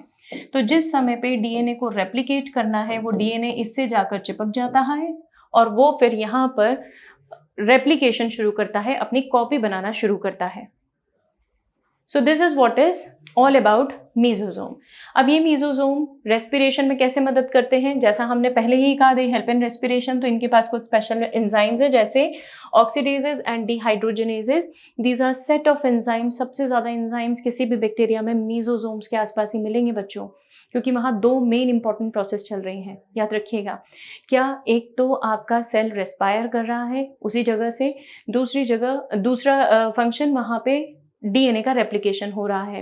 तो ये दो मेन इंपॉर्टेंट इवेंट्स हैं जो कि मीजोजोम में हो रहे हैं। इसका मतलब हम कह सकते हैं कि मीजोजोम में एंजाइम्स का नंबर ज़्यादा होगा। ये क्वेश्चन पूछा गया है, इसका ध्यान रखिएगा। ओवरऑल अगर मैं बात करूं तो क्योंकि सेल वॉल के फॉर्मेशन में मीजोजोम हेल्पफुल है, it gives certain kind of structures और it produces certain kind of structures जो सेल वॉल का फॉर्मेशन करते हैं। डीएनए के रेप्लिकेशन में इंपॉर्टेंट है ये, और इसके अलावा डिस्ट्रीब्यूशन ऑफ जेनेटिक मटेरियल। मैं आपको ब्रीफ में बताती हूँ, आपको इसका डिटेल मैकेनिज्म जानने की ज़रूरत नहीं है। Nobody will ask in our exam, NEET में कोई नहीं पूछने वाला है। ये मैंने बाहर की तरफ जो बनाई है, टफ आउटर बाउंड्री बनाई है, which is called as cell wall, right. इस सेल वॉल को अंदर से सपोर्ट या अंदर जो स्ट्रक्चर प्रेजेंट है दैट इज मीजोजोम, जो कि इनफोल्डिंग ऑफ प्लाज्मा मेम्ब्रेन है। अभी फिलहाल मैंने दो सेंट्रल बनाए और एक लैटरल बनाया है। जब भी डीएनए को डुप्लीकेट करना है, वो डीएनए इसके साथ जाकर अटैच हो गया, राइट। अटैच होकर यहाँ पे डीएनए की कॉपी बन गई, और उसके बाद ये जो मीजोजोम है, देखिएगा I am using a different colour to show now the changed mesosome. वो मीजोजोम कुछ इस तरीके से चेंज हो जाएगा, डबल हो गया, मीजोजोम बढ़ गया, और उस बड़े हुए मीजोजोम पे अब आपका डीएनए जो है वो ऐसा स्प्रेड हो गया, राइट। Are you getting? मैंने उसे जानबूझकर ओवरलैप किया है, मैं आप उसे क्लियर करके भी बता देती हूँ। देखिएगा, अगर इनफोल्डिंग है ये प्लाज्मा मेम्ब्रेन की, ये ऐसी इनफोल्डिंग है, तो इस इनफोल्डिंग पे पहले तो मीजोजोम डबल हो गया या मीजोजोम एक्सपैंड हो गया, उस पे जो डीएनए है वो डबल होके वो चिपका हुआ है। अब मीजोजोम इस डीएनए को आधा इधर और आधा इधर डिस्ट्रीब्यूट कर देगा। सो this is how it helps in distribution of DNA into the daughter cells. ये मीजोजोम का एक इंपॉर्टेंट फंक्शन है। ये ओवरऑल एक बैक्टीरिया का डायग्राम है, एक प्रोकैरियोटिक सेल का डायग्राम है, जहाँ पे मैंने अभी तक आपसे जो डिस्कस किया वो न्यूक्लियोइड रीजन के बारे में डिस्कस किया। ये न्यूक्लियोइड है, राइट, जहाँ पे जेनेटिक मटेरियल प्रेजेंट है। ये आउटर प्रोटेक्टिंग बाउंड्रीज हैं, सेल एनवलप है, जहाँ पे plasma membrane, cell wall, slime layer, capsule, ये सारी चीज़ें प्रेजेंट हैं। और इसके अलावा हमारे सेल के अंदर साइटोप्लाज्म प्रेजेंट है। एक्स्ट्रा क्रोमोसोमल जेनेटिक मटेरियल जिसके बारे में हमने अभी थोड़ी देर पहले बात की थी, वो ये रहा, आप नोटिस कर लीजिए। ये एक्स्ट्रा क्रोमोसोमल जेनेटिक मटेरियल हो गया। बाकी की चीज़ें हम ग्रेजुअली डिस्कस करने वाले हैं, about pili, about ribosome, food granule and flagella. तो आई होप इतना पार्ट आपको क्लियर है, जहाँ पे हमने किसी भी बैक्टीरिया के बेसिक एनवेलप्स के बारे में सिर्फ लोकेशन देखी प्लस न्यूक्लियोइड की लोकेशन देखी। अब हम आ जाते हैं प्रॉपरली इस सेल वॉल के मॉडिफिकेशन पे या सेल वॉल के स्ट्रक्चर पे। हमारे जो बैक्टीरियाज हैं इनके पास मेजरली 3 लेयर्स हैं। एक ग्लाइकोकैलिक्स है जो कि आउटर मोस्ट स्ट्रक्चर हो सकता है, ये सभी बैक्टीरिया में हो बच्चों, ऐसा ज़रूरी नहीं है। उसके अंदर सेल वॉल होती है और उसके अंदर प्लाज्मा मेम्ब्रेन होती है, और प्लाज्मा मेम्ब्रेन की इनफोल्डिंग्स आपने मेसोसोम पढ़ी। तो हम बात करेंगे सबसे पहले ग्लाइकोकैलिक्स के बारे में। वैसे तो ये तीनों ही मिलकर सेल का एनवेलप बनती है, लेकिन तीनों लेयर्स का अपना अपना इंपॉर्टेंस है बच्चों, अपना अपना फंक्शन है, but togetherly they protect the cell. जैसे सेल वॉल की मैं अगर बात करूं तो ओवरऑल सेल वॉल जो है वो बैक्टीरिया को प्रोटेक्ट करके रखती है फ्रॉम बर्स्टिंग। ओके, आप याद कीजिए, आपने प्लांट के अंदर सेल वॉल पढ़ी है। प्लांट की सेल वॉल कैसी होती है? जो प्लांट के सेल्स को फटने से, बर्स्ट होने से बचाती है। वैसे ही बैक्टीरिया की सेल वॉल है जो उसे बर्स्ट होने से बचाएगी, कोलैप्स होने से बचाएगी। अब ये जो सेल वॉल है, इस सेल वॉल की भी स्पेशलिटी है। ये सेल वॉल हमारे बैक्टीरिया के पास किस तरह से प्रेजेंट है, कौन से बैक्टीरिया के पास सेल वॉल का कॉम्पोजिशन कैसा है, उसके बेसिस पे भी हमने बैक्टीरियाज को 2 कैटेगरीज में क्लासिफाई किया है। ये एक स्पेशल स्टेनिंग प्रोसीजर के बेसिस पे क्लासिफिकेशन है जो मैं आपसे डिस्कस कर रही हूँ। क्रिश्चियन ग्राम ने एक स्टेनिंग टेक्निक डिस्कवर की थी 1884 में, जहाँ पे उन्होंने अलग अलग स्टेनिंग ग्राम स्टेनिंग को यूज़ करके अलग अलग बैक्टीरिया को स्टेन किया था। एंड ही कुड ऑब्जर्व बेटा कि बैक्टीरिया की सेल वॉल के बेसिस पे जो स्टेन है, जो ग्राम स्टेन है, वो कुछ बैक्टीरियाज अब्जॉर्ब कर पा रहे थे और कुछ बैक्टीरिया वो स्टेन अब्जॉर्ब नहीं कर पा रहे थे। इसीलिए क्रिश्चियन ग्राम स्टेनिंग टेक्निक जिन्होंने बनाई, डेवलप की थी, उन्होंने इस टेक्निक के बेसिस पे बैक्टीरियाज को 2 पार्ट में क्लासिफाई किया। One is gram positive and another is gram negative. भाई ग्राम पॉजिटिव और नेगेटिव से क्या मतलब? पॉजिटिव मतलब जिसके पास कोई चीज़ है, जिसके पास पर्टिकुलर एट्रीब्यूट्स हैं, उसे हम पॉजिटिव बोलते हैं। और नेगेटिव मतलब जिसके पास नहीं है भाई, सीधी सी बात है। तो ग्राम पॉजिटिव मतलब क्या हो गया सही मायनों में? ऐसा bacteria which retains Gram stain, और ऐसा बैक्टीरिया जो ग्राम स्टेन रिटेन नहीं करता उसे हम ग्राम नेगेटिव बोलते हैं। So one is gram positive, another is gram staining. हम डिटेल में देख लेते हैं आप, ये तो इंट्रोडक्शन था। ग्राम पॉजिटिव बैक्टीरिया जो ग्राम स्टेन को क्रिस्टल वॉयलेट स्टेन यूज होता है स्टेनिंग टेक्निक में। सिर्फ स्टेन का नाम याद रखिए आप, क्रिस्टल वॉयलेट को रिटेन करके रखते हैं, अपने पास अब्जॉर्ब करके रखते हैं। और इसके अलावा भी इस टेक्निक में हम मिथिलिन ब्लू भी यूज़ करते हैं, हम सैफरनिन भी यूज़ करते हैं। तो togetherly we call it as Gram stain. Gram negative bacterias जो कि स्टेन को, कलर को लूज कर देते हैं at the time of washing with the solvent. हम इस स्टेनिंग टेक्निक में एक बहुत स्पेशल सॉल्वेंट यूज़ करते हैं। वो स्पेशल सॉल्वेंट से ग्राम पॉजिटिव की जो सेल वॉल है वो डिहाइड्रेट हो जाती है, और सेल वॉल डिहाइड्रेट होने से अंदर के पोर्स जो हैं वो लॉक हो जाते हैं। ज़रा समझना बेटा, अगर आपका सेल है, उस सेल के जो कोई भी एक ऑर्गेनिज्म है और अगर उसके सेल्स हैं, सेल्स में अगर इनफ मॉइस्चर होगा तो सेल कैसा दिखेगा? टर्जिड। एक एग्जाम्पल देती हूँ आपको, ये स्टोमेटा का आपने पढ़ा हुआ है।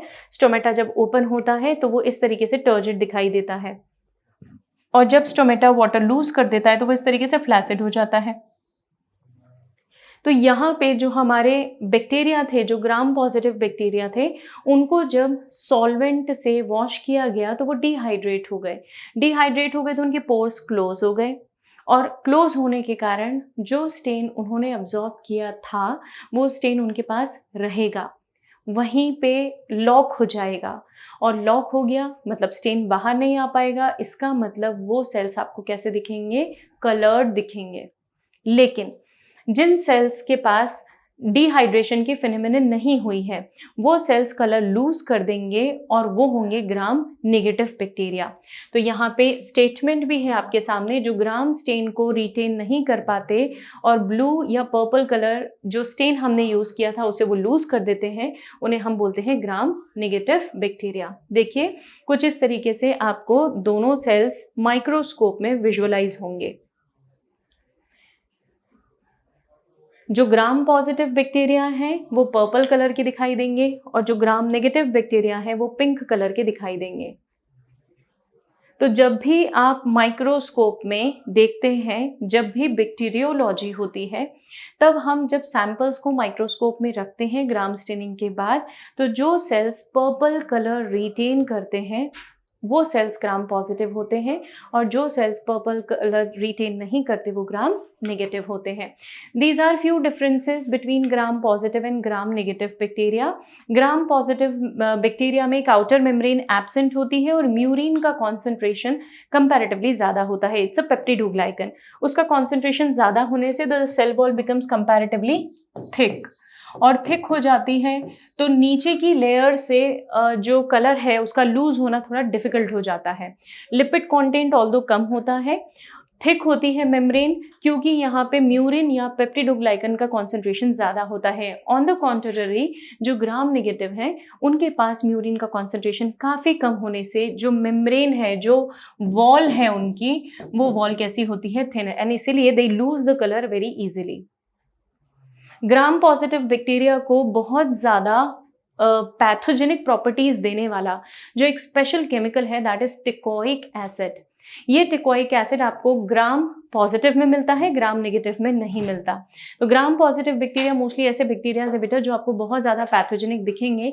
तो कई बार जब ब्लड एनालिसिस होता है, यूरिन एनालिसिस होता है, तो उन केसेस में ग्राम स्टेनिंग एक बहुत इंपॉर्टेंट फैक्टर है जो हमें ये बता देती है कि भाई ये बैक्टीरिया पैथोजेनिक है, ये पर्पल कलर का दिख रहा है, दिस इज अ पैथोजेनिक। जैसे अभी मैंने आपको कुछ एग्जाम्पल्स दिए थे ई कोलाई, रिमेंबर हमने पिछली स्लाइड्स में ई कोलाई के बारे में पढ़ा था that it is a gram positive bacteria and you know that E coli बहुत बड़ा पैथोजन है, isn't it?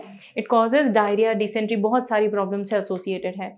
These are few more differences between gram positive and gram negative bacteria. Coming to the another membrane, another protective membrane which is glycocalyx. Okay, glycocalyx कुछ भी नहीं है, it is just a combination of glycoproteins, glycolipids जो कि membrane के extensions हैं। आपको ग्लाइकोकेलिक्स cell wall के बाहर कुछ निकलते हुए स्ट्रक्चर्स के फॉर्म में अवेलेबल या स्ट्रक्चर के फॉर्म में विजुअलाइज होगा। ये ग्लाइकोकेलिक्स की जो थिकनेस है वो वैरी कर सकती है, इसका कॉम्पोजिशन भी वैरी कर सकता है, मतलब it can be loose and it can be thick also.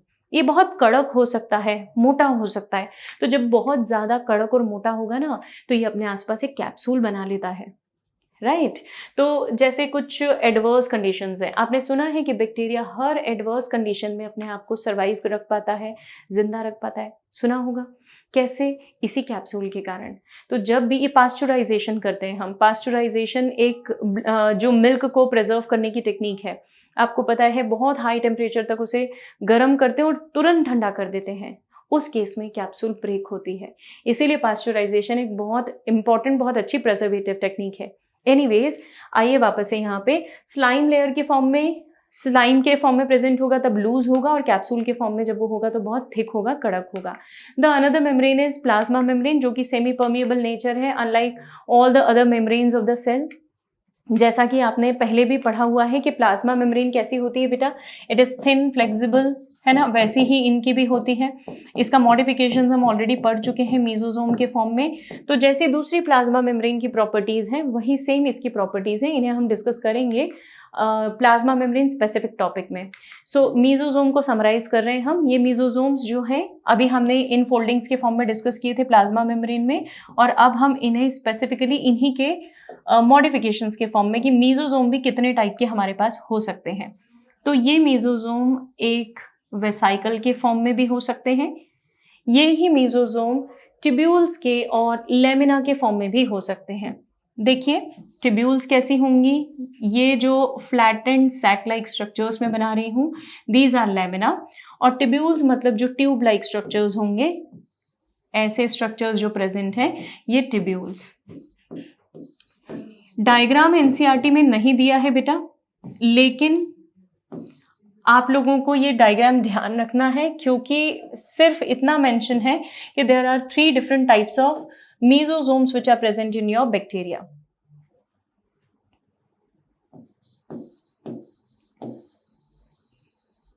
This is lamellae and this is vesicle. तो ये हो गए हमारे 3 अलग अलग टाइप के mesosomes, vesicle, tubules and lamellae. We already talked कि mesosomes जो है वो सेलुलर रेस्पिरेशन में मदद करते हैं और मीजोजोम का लोकेशन अब इस डायग्राम के थ्रू आपको यहाँ पे क्लियर हो जाएगा। This is where mesosomes are located, right. Nucleoid हम ऑलरेडी बात कर चुके हैं। So these are in general all the functions which we discussed about mesosome. Enzyme content mesosome का बहुत हाई होता है, इसके बारे में भी हम लोगों ने बात कर ली है और आपको ये ध्यान भी रखना है कि एंजाइम का कॉन्सेंट्रेशन मीजोजोम में क्यों हाई होता है। मैंने आपको बताया है सेलुलर रेस्पिरेशन के कारण, है ना। Those are the cell organelles which are responsible for cell respiration. कई सारे बैक्टीरियाज के अंदर कुछ कलर्ड पिगमेंट्स भी होते हैं जिन्हें हम क्रोमैटोफोर्स बोलते हैं। मतलब जैसे साइनोबैक्टीरिया है, साइनोबैक्टीरिया की मेम्ब्रेन के अंदर कुछ कलर्ड पिगमेंट्स प्रेजेंट होते हैं जिन्हें हम क्रोमैटोफोर्स बोलते हैं। हर बैक्टीरिया की प्रॉपर्टी नहीं है। ये पिगमेंट्स फोटोसिंथेसिस में भी मदद करते हैं अगर बैक्टीरिया जो है वो फोटोसिंथेटिक बैक्टीरिया है तो, और ये पिगमेंट्स ये जो पिगमेंट्स हैं ये कलर इम्पार्ट करने में भी मदद करते हैं। So majorly they are helpful in photosynthesis. अब अगर बैक्टीरियाज के चलने फिरने के बारे में बात की जाए तो not all the bacterias are motile but not all the bacterias are non motile.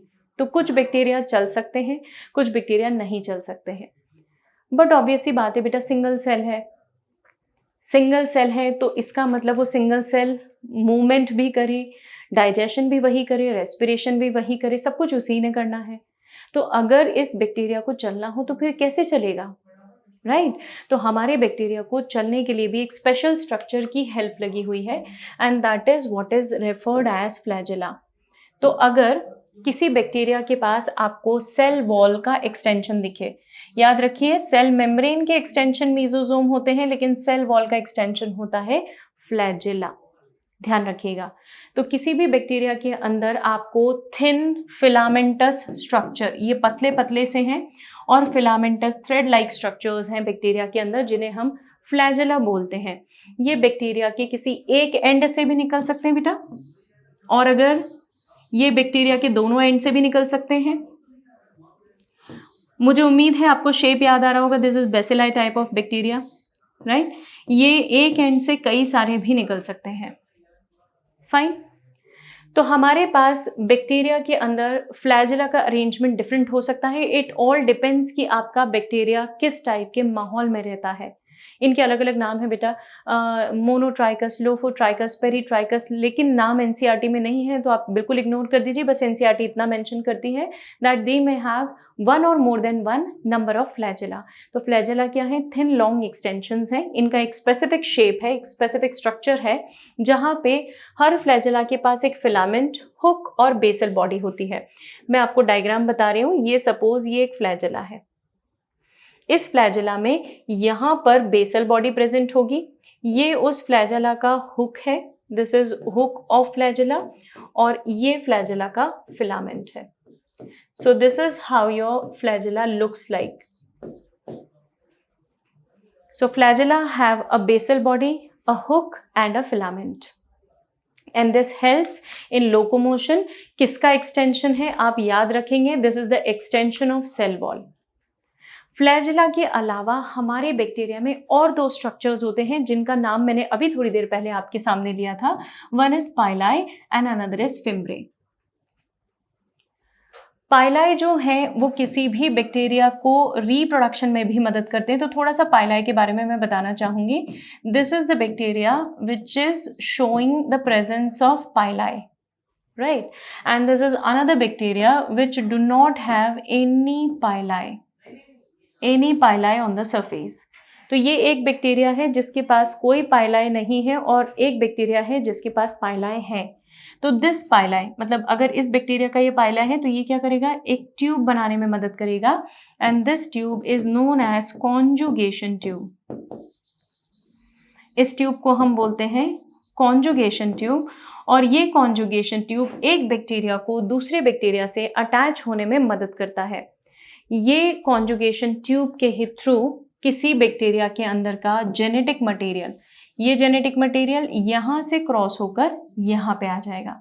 But याद रखिएगा ये कौन सा जेनेटिक मटेरियल है, ये जेनेटिक मटेरियल बेसिकली प्लाज्मिड है, एक्स्ट्रा क्रोमोसोमल जेनेटिक मटेरियल है।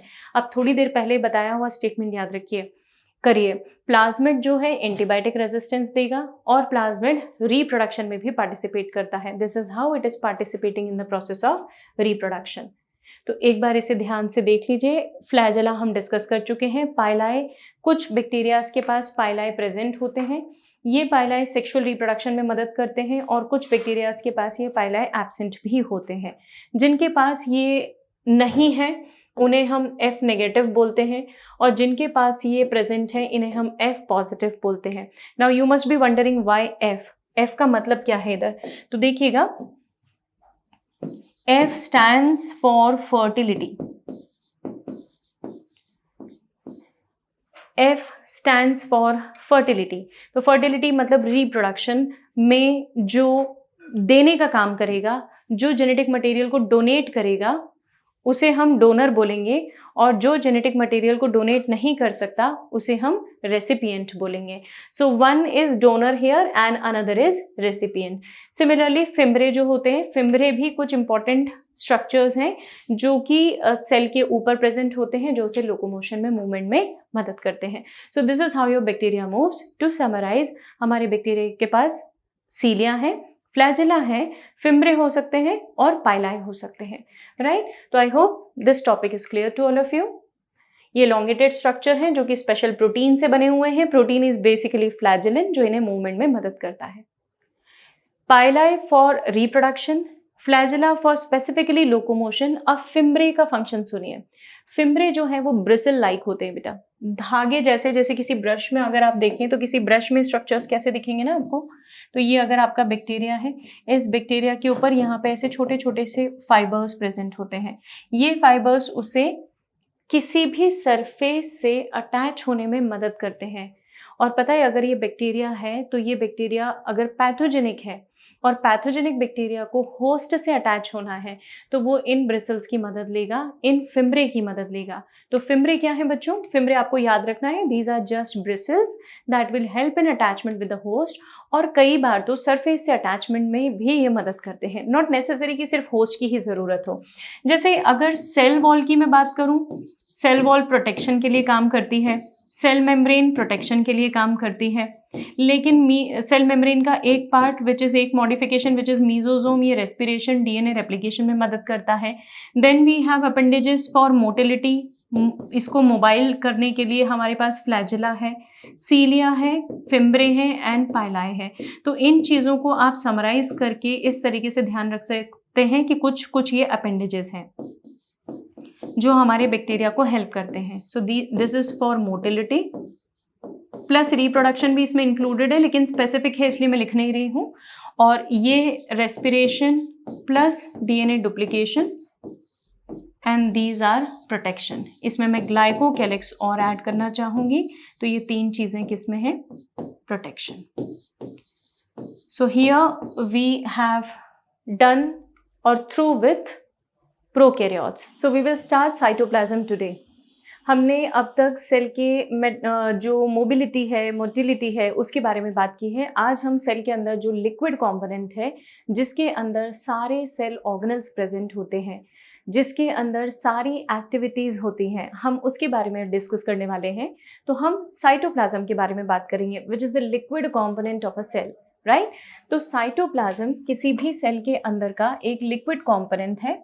फॉर एग्जाम्पल, अगर ये आपका सेल है, ये आपका सेल है, तो इस सेल के अंदर जितना भी बैकग्राउंड सब्सटेंस है, इसी को हम कहते हैं साइटोप्लाज्म। तो साइटोप्लाज्म एक लिक्विड कंपोनेंट है किसी भी सेल का, और ये टर्म स्ट्रासबर्गर ने दी थी, राइट?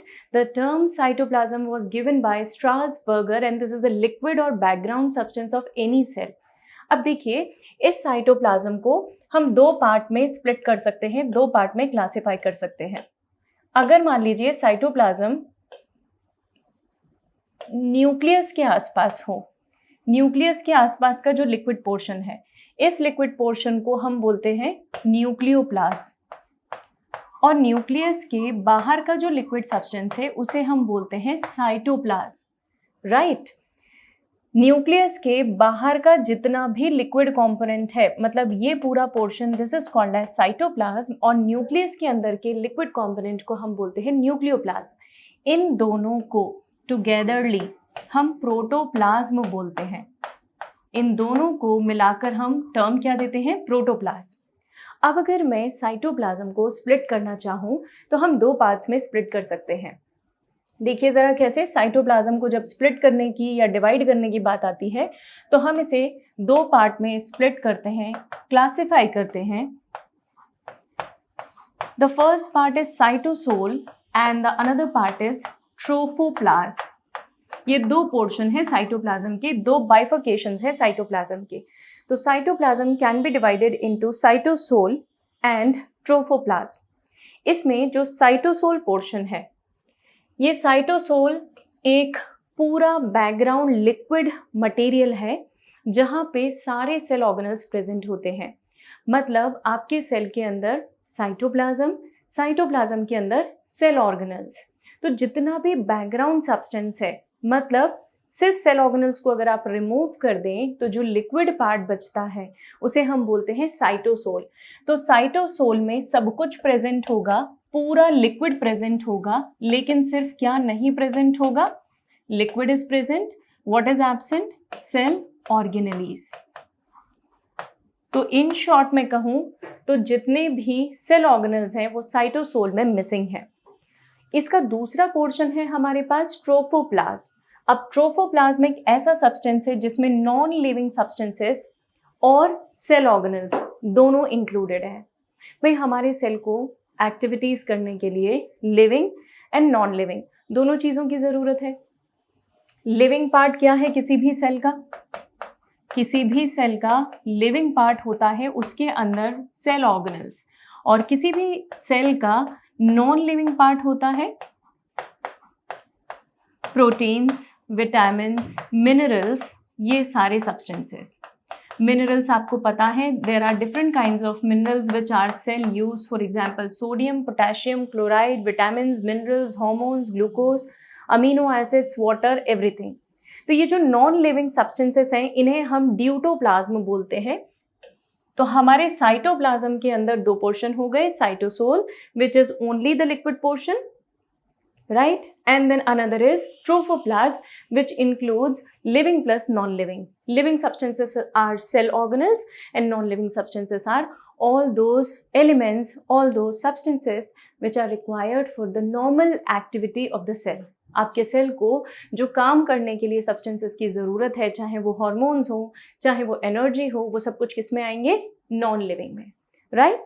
तो दिस इज अबाउट साइटोप्लाज्म। अब चलते हैं हम हमारे सेल की आउटर मोस्ट टफेस्ट बाउंड्री की तरफ। Outer most boundary of a cell. लेकिन ये हर सेल की बाउंड्री नहीं होती बच्चों, ये भी आपको ध्यान रखना है। सेल वॉल सिर्फ कुछ ही ऑर्गेनिज्म की प्रॉपर्टी है, सेल वॉल हर ऑर्गेनिज्म के अंदर नहीं होती।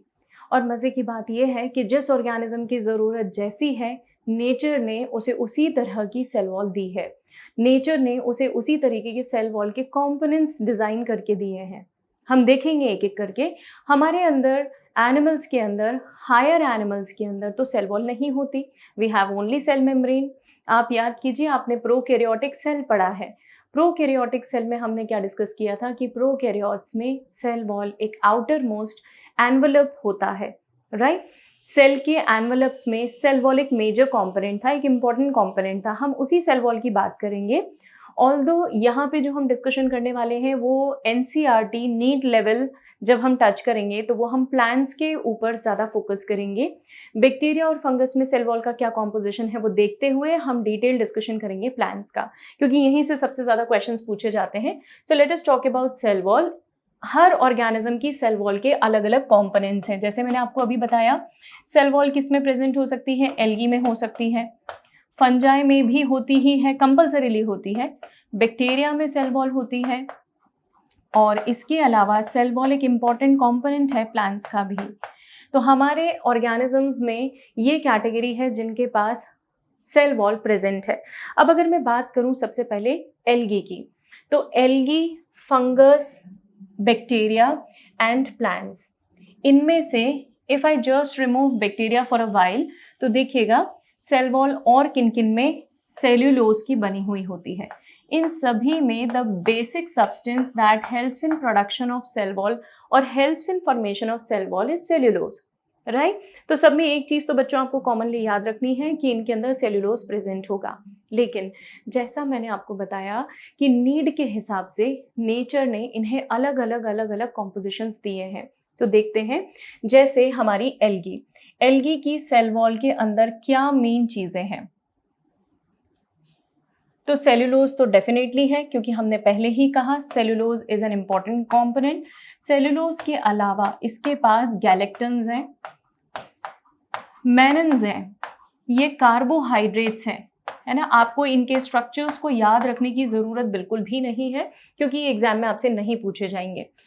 ये बेसिक कंपोनेंट हो गया। जैसा कि मैंने आपको बताया, हर ऑर्गेनिज्म की सेल वॉल में सेल्यूलोज एक बेसिक कंपोनेंट है। Galactans, mannans are carbohydrates which are used here. इसके अलावा एक बाइंडिंग एलिमेंट, एक मिनरल भी यहाँ पे यूज होता है, and that is calcium carbonate. तो कैल्शियम कार्बोनेट एक इंपॉर्टेंट मिनरल है जो इन ऑर्गेनिजम्स की सेल वॉल में प्रेजेंट होता है। Coming to the cell wall of plants, plants में सेल्यूलोज होता है एज आई टोल्ड यू, इसके अलावा हेमीसेल्यूलोज होता है। लेकिन हमारे प्लांट्स में क्योंकि प्रोटेक्शन के लिए और सेकेंडरी ग्रोथ के लिए और कुछ कंपोनेंट्स आगे बनने हैं, इसीलिए प्लांट्स के अंदर सेल वॉल पे डिपोजिशंस बढ़ते जाते हैं, राइट। तो प्लांट्स के ऊपर सेल वॉल में एक टाइप का डिपोजिशन, फिर दूसरे टाइप का डिपोजिशन, फिर तीसरे टाइप का डिपोजिशन। जैसे जैसे आप प्लांट की सेल वॉल में डिपोजिशंस बढ़ाते जाएंगे, वैसे वैसे वो सेल वॉल और टफ होती जाएगी, और रिजिड होती जाएगी, और मजबूत होती जाएगी, राइट। तो देखिए यहाँ पे हमने एक बहुत ही प्रोटेक्टिव सब्सटेंस यूज किया है, which is pectins, and proteins are the normal component. हम इसमें फर्दर क्लासिफिकेशन डिस्कस करने वाले हैं बच्चों। We will talk about different types of cell wall. यही इस टॉपिक की स्पेशलिटी और यही एग्जाम के लिए इंपॉर्टेंट भी है कि अलग अलग कौन कौन सी सेल वॉल्स होती हैं जो हमारे प्लांट्स के पास प्रेजेंट हैं। बिफोर आई प्रोसीड, मैं आपको एक सेल वॉल के बारे में और बताना चाहूंगी, and that is about fungi. Fungi की जो सेल वॉल है, it is made up of cellulose plus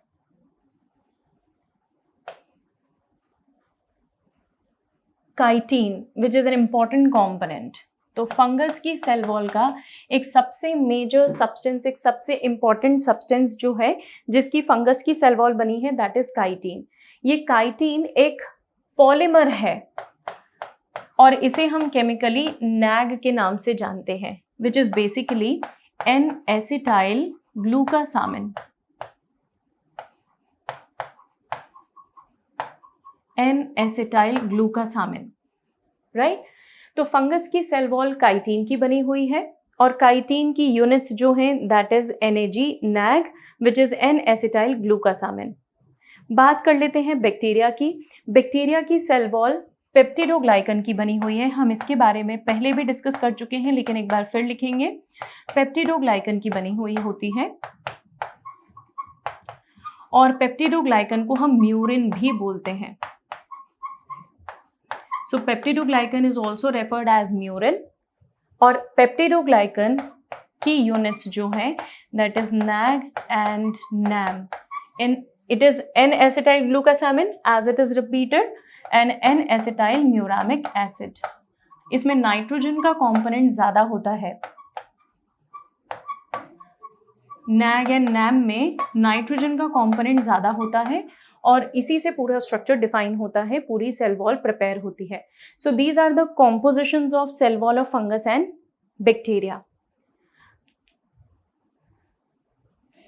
ये सेल वॉल का एक बेसिक स्ट्रक्चर जो प्लांट की सेल वॉल है, ये सिर्फ आप एक बार ओवरव्यू करके देखिए। इनमें से एक एक कंपोनेंट को मैं स्प्लिट करके बताऊंगी और जो आपको याद रखना है, क्योंकि इसमें कौन सी सेल वॉल का कॉम्पोजिशन क्या है वो हमें बहुत अच्छे से पता होना चाहिए।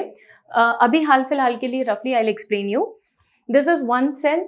उस सेल की सेल वॉल ये बीच वाले हिस्से में है। प्लाज्मा मेम्ब्रेन के बाद सेल वॉल का फॉर्मेशन होता है, राइट। मिडिल लेमेला, ये मिडिल लेमेला एक बैरियर है between one cell and another cell. भाई एक सेल है और दूसरा सेल है, दोनों सेल के बीच में कनेक्शन। याद करिए, आपने डिवीजन ऑफ लेबर नाम की प्रोसेस पढ़ी है।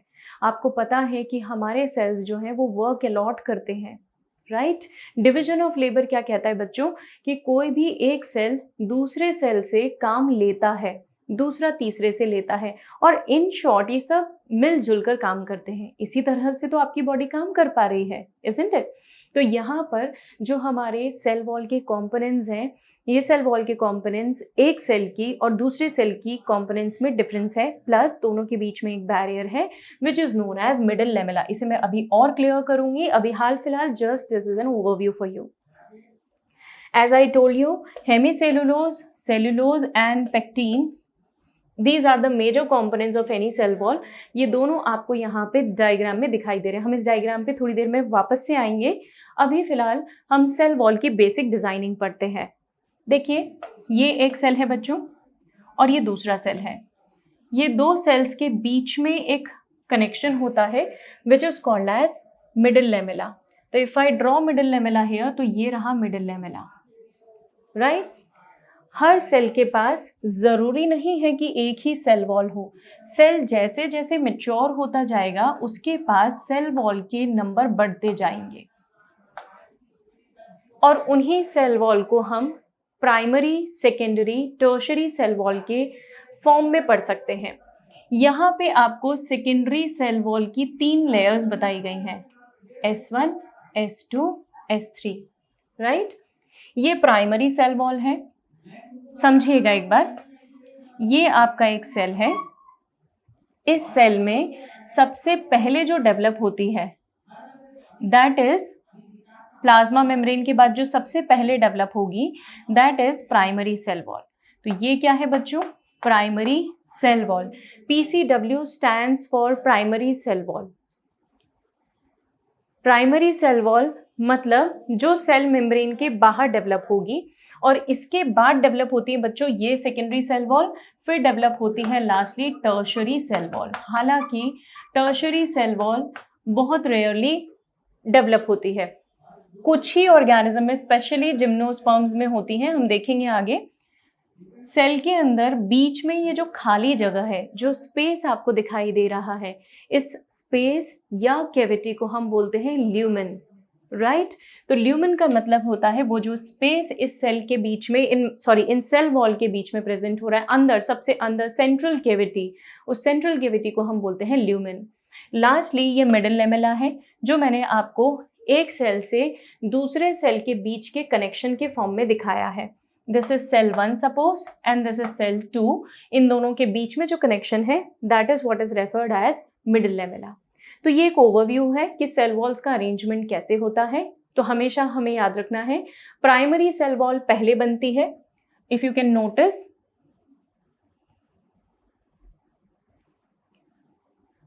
प्राइमरी सेल वॉल यहां पे प्रेजेंट है और सेकेंडरी सेल वॉल अंदर की तरफ यहां पर प्रेजेंट है। तो प्राइमरी सेल वॉल का फॉर्मेशन पहले होगा और सेकेंडरी सेल वॉल का फॉर्मेशन बाद में होगा। चलिए, तो जैसा मैंने अभी आपको थोड़ी देर पहले बताया था कि प्लांट की सेल वॉल के कॉम्पोजिशंस अलग अलग होते हैं।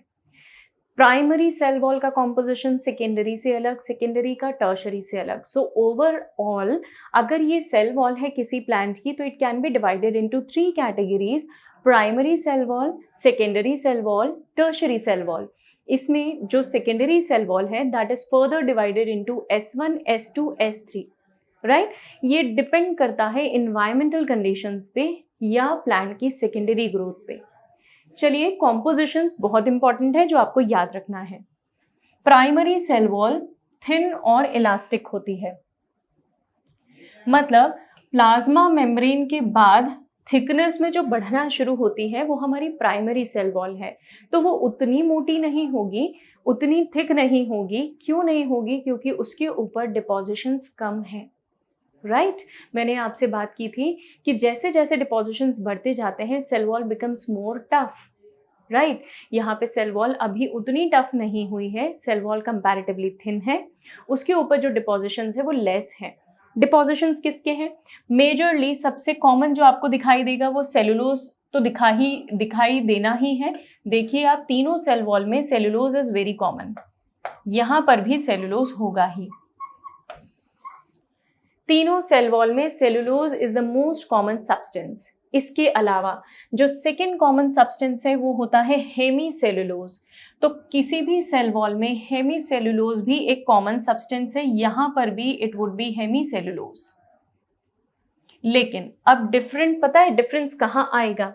जब आपकी सेल वॉल में सेलुलोज हेमीसेलुलोज के अलावा कुछ और भी सब्सटेंसेस होंगे। पेक्टीन प्लांट्स के पास एक मेजर कंपोनेंट है। हम आगे चल के जब एनाटॉमी पढ़ेंगे तब हम बात करेंगे कि पैरेन्काइमा, कोलेनकाइमा, स्क्लेरेन्काइमा की सेल वॉल कैसी होती है। उसमें जो मेजरली डिपॉजिशंस आप देखेंगे वो कोलेनकाइमा, स्क्लेरेन्काइमा पे देखेंगे। ठीक उसी तरह यहाँ पे हम सेल वॉल के बारे में जब बात कर रहे हैं तो primary cell wall is made up of cellulose, hemicellulose and pectin. Secondary cell wall is made up of cellulose, hemicellulose, pectin plus lignin। अब लिग्निन ने आके इसे और मजबूत बना दिया। सबसे पहले बाहर की तरफ primary cell wall which is comparatively thin, right, flexible. उसके अंदर आप जाएंगे तो सेकेंडरी सेल वॉल आएगी जो प्राइमरी से ज़्यादा थिक है, प्राइमरी से अंदर की तरफ है और जिस पर डिपॉजिशन ज़्यादा है। सेकेंडरी के बाद टर्शरी आती है, लेकिन टर्शरी बहुत कम मेंबर्स में दिखाई देती है। For example if you notice tracheids of gymnosperms के अंदर मिलेगी। इसमें हेमीसेलुलोज के अलावा जाइलन भी एक इम्पॉर्टेंट कंपोनेंट है। Xylem, cellulose, hemicellulose, these are the components of tertiary cell wall which is found majorly in tracheids of gymnosperms। Gymnosperms are the categories of plant beta। जो lower plant है जो हमारे पास दो डिविजन्स होते हैं, आप classification chapter में इसे रेफर कर सकते हैं। कुछ जो प्लांट्स हैं वो बहुत ही बेसिक कैटेगरी के हैं और कुछ प्लांट्स हायर कैटेगरी के हैं। तो जो प्लांट्स बेसिक हैं और हायर हैं इनके बीच में हमारे पास होते हैं जिम्नोस्पर्म्स। ये जिम्नोस्पर्म्स के अंदर उनके ट्रकाइड्स में, उनके कंडक्टिंग एलिमेंट्स में मिलती है ये cell wall, tertiary cell wall. Secondary cell wall में लिग्निन होने से secondary becomes more tough, more protective, more rigid as compared to primary cell wall। Right ये क्वेश्चंस के लिए, नीट के क्वेश्चंस के लिए बहुत इंपॉर्टेंट एरिया है, इसे अच्छे से ध्यान रखेंगे, अच्छे से देख लीजिए। प्राइमरी सेल वॉल के बारे में एक स्पेशलिटी भी आपको याद रखनी है। हमारे प्लांट्स में प्राइमरी सेल वॉल धीरे धीरे धीरे धीरे डिमिनिश हो जाती है। डिमिनिश मतलब हल्का हो जाना। It gets diminish as and as secondary cell wall starts getting formed. Okay तो प्लांट जब अपनी सेकेंडरी सेल वॉल का फॉर्मेशन शुरू कर देता है तो ग्रेजुअली उसकी जो प्राइमरी सेल वॉल है it gets shrink, it gets diminish, छोटी होती जाती है।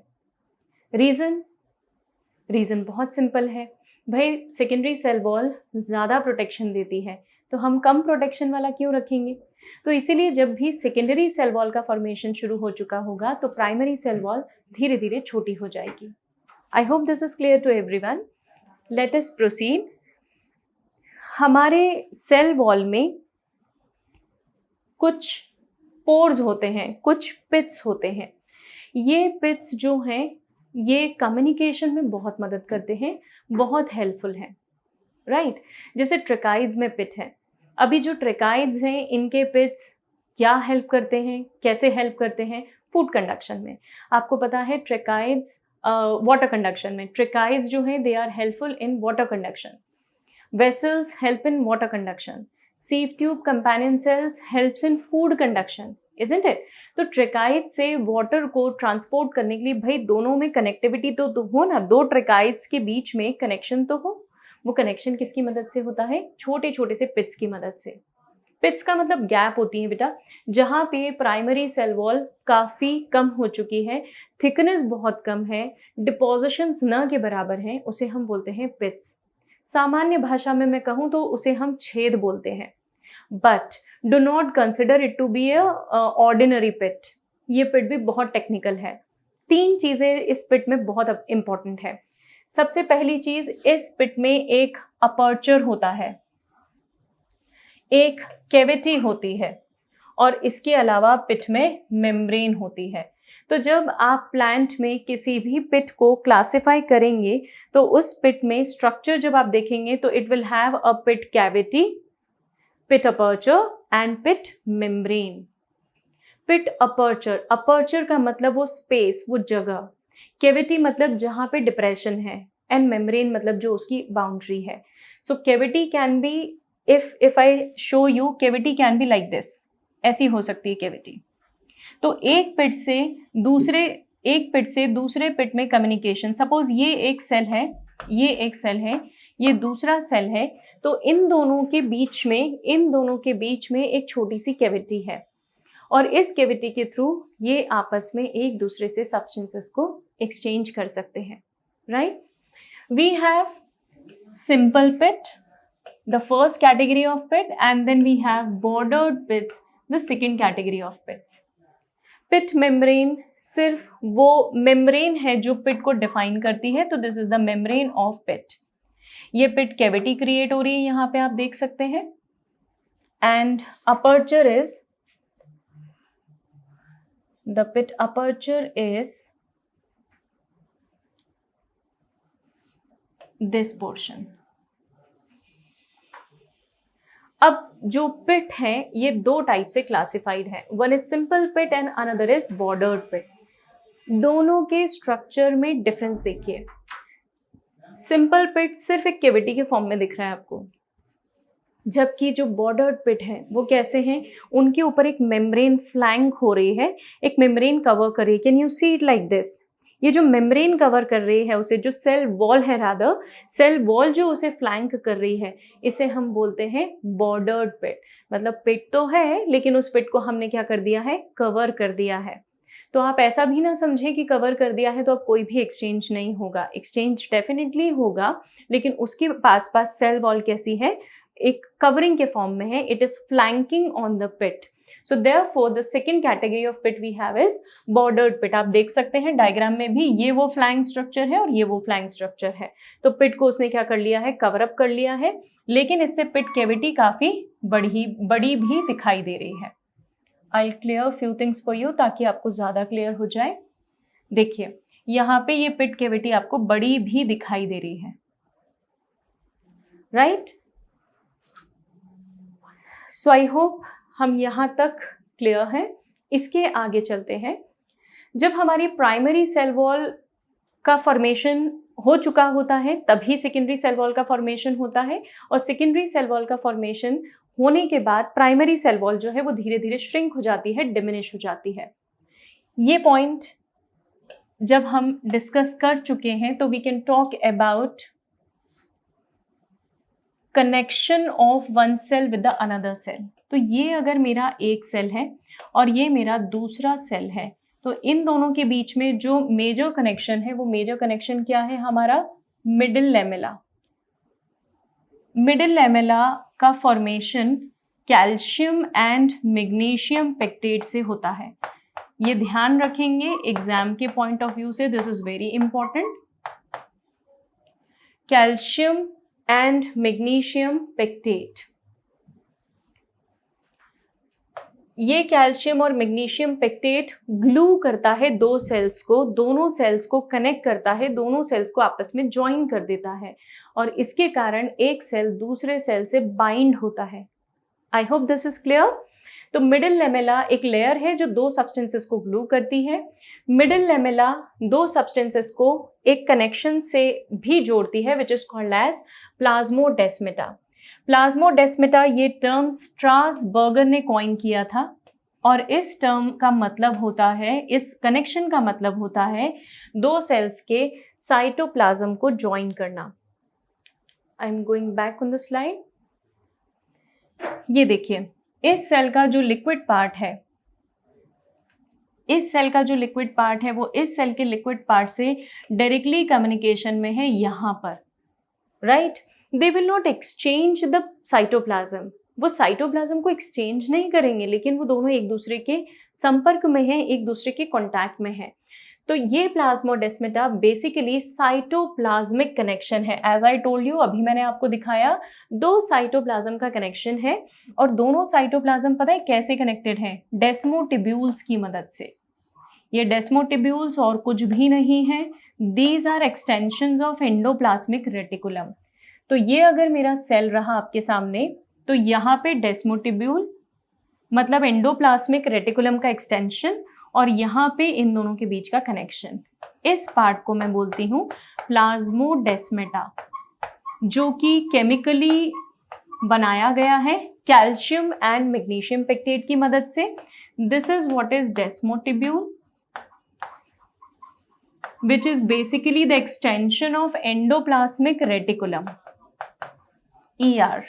एंडोप्लाज्मिक रेटिकुलम का एक्सटेंशन है डेस्मोटिब्यूल।